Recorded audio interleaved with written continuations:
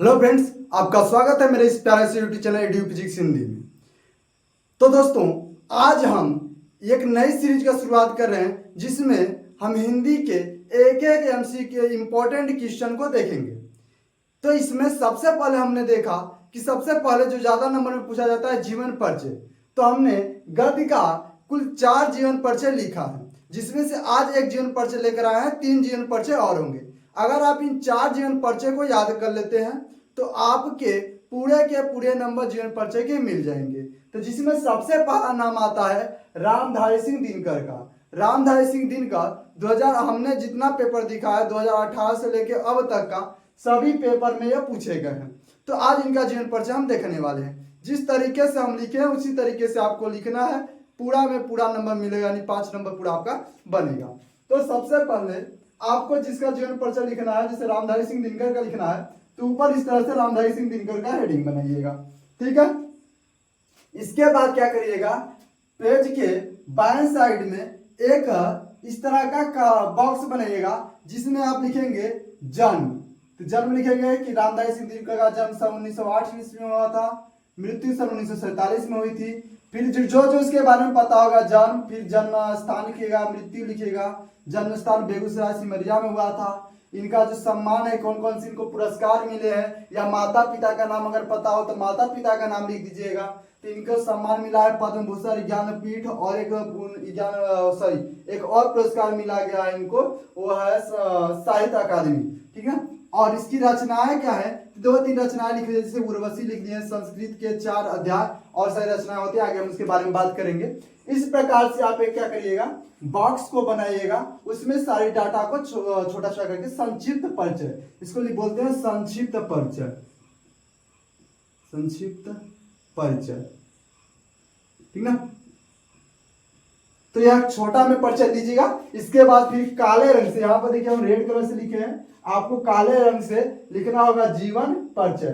फिर जीवन परिचय में लिखेंगे रामधारी सिंह दिनकर जी का, क्या लिखेंगे कि रामधारी सिंह दिनकर जी का जन्म सन 1960 ईस्वी में। यहाँ पर देखिए आपको ब्लैक से लिखना है, भूल गए हैं, इसको जो बॉक्स में लिख रहे हैं ना, इसको आपको ब्लैक कलर से लिखना है, हाईलाइट करना है, ताकि जो एग्जामिनर हो उसको देखे और उसको समझ में आए कि नहीं ये यहाँ इंपॉर्टेंट पॉइंट है जो सही है। तो रामधारी सिंह दिनकर जी का जन्म सन 1908 ईस्वी में बेगूसराय के सेमरिया नामक गांव में हुआ था, बेगूसराय के सेमरिया नामक गांव में हुआ था। इन्होंने पटना विश्वविद्यालय से इतिहास और राजनीति शास्त्र यानी पॉलिटी और हिस्ट्री में बीए किया था, ठीक ना।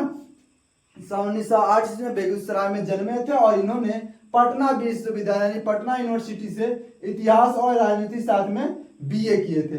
इसके बाद क्या होगा, इन्होंने हिंदी, अंग्रेजी, संस्कृत, बांग्ला तथा उर्दू ये 5 भाषाओं का गहन अध्ययन घर पर किया था। तो भाषा का गहन अध्ययन कठिनता से पढ़ाई घर पर किया था। बाद में इन्होंने अध्यापन माने पढ़ाने के कार्य प्रारंभ कर दिए थे, पढ़ाने के कार्य प्रारंभ कर दिया था।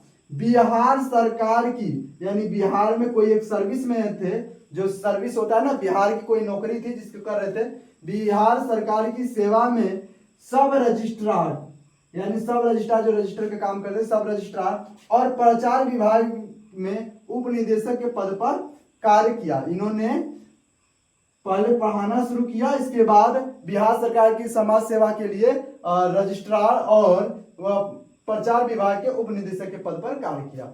इनको भारत सरकार ने पद्म भूषण से अलंकृत किया, यानी इनको भारत सरकार के द्वारा पद्म भूषण मिला, तथा भारतीय संस्कृत के 4 अध्याय, इनकी एक रचना है भारतीय संस्कृत के 4 अध्याय, इसके लिए इन्हें क्या मिला था, इनके लिए इन्हें साहित्य अकादमी नामक पुरस्कार मिला था। कौन सा पुरस्कार मिला था, साहित्य अकादमी नामक पुरस्कार मिला था, ठीक है। इनको इनकी रचना उर्वशी के लिए ज्ञानपीठ का पुरस्कार मिला था, यानी इनकी रचना एक उर्वशी है जिसके लिए इनको ज्ञानपीठ का पुरस्कार मिला था। इनकी मृत्यु सन 1947 ईस्वी में हो गई, ठीक है। अब यहाँ पर यह हो गया जीवन परिचय, इसके आप स्क्रीनशॉट ले लीजिए।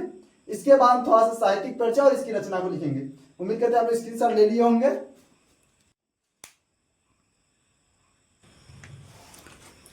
तो अब चलते हैं, थोड़ा सा समझ लेते हैं साहित्यिक परिचय के बारे में। तो साहित्यिक परिचय यानी कि साहित्य में इनका क्या योगदान रहा है।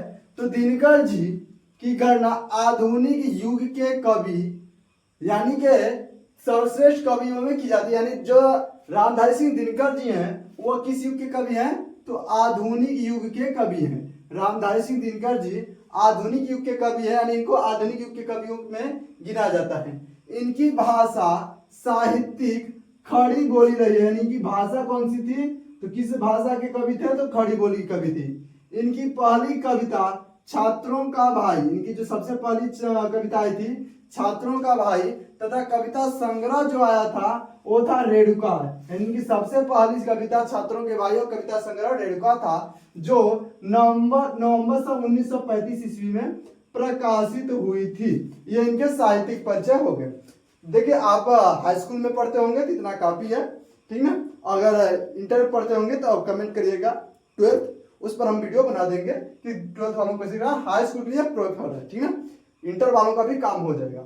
अब इनकी रचनाएं क्या हैं, रेणुका, हुंकार, संस्कृत के 4 अध्याय और रश्मिरथी, उर्वशी, ठीक ना। ये काफी इतने आज अंतिम अवश्य लगाइएगा क्योंकि इनकी बहुत सारी रचनाएं हैं। कुछ इंपॉर्टेंट यहाँ पर हमने लिख दिया है। तो उम्मीद करते हैं आपको रामधारी सिंह दिनकर का जीवन परिचय अच्छा लगा होगा। अगर आप चाहते हैं कि हिंदी के सभी इंपॉर्टेंट क्वेश्चन मिल जाए आपको, जिससे आप कम मेहनत में हिंदी में अच्छा स्कोर कर सके, यानी कि आपको हिंदी पढ़ना भी न पड़े और पेपर में सभी पूछे जाने वाले प्रश्न को आप जानते रहे, तो हमारे चैनल को सब्सक्राइब कर दीजिएगा और बेल आइकन को प्रेस कर दीजिएगा। हिंदी के सभी इंपॉर्टेंट क्वेश्चन हम आपको ला देंगे। 15 से 20 वीडियो में आपका सारा हो जाएगा, ठीक ना। तो मिलते हैं नेक्स्ट वीडियो में, तब तक के लिए शुभ रात्रि।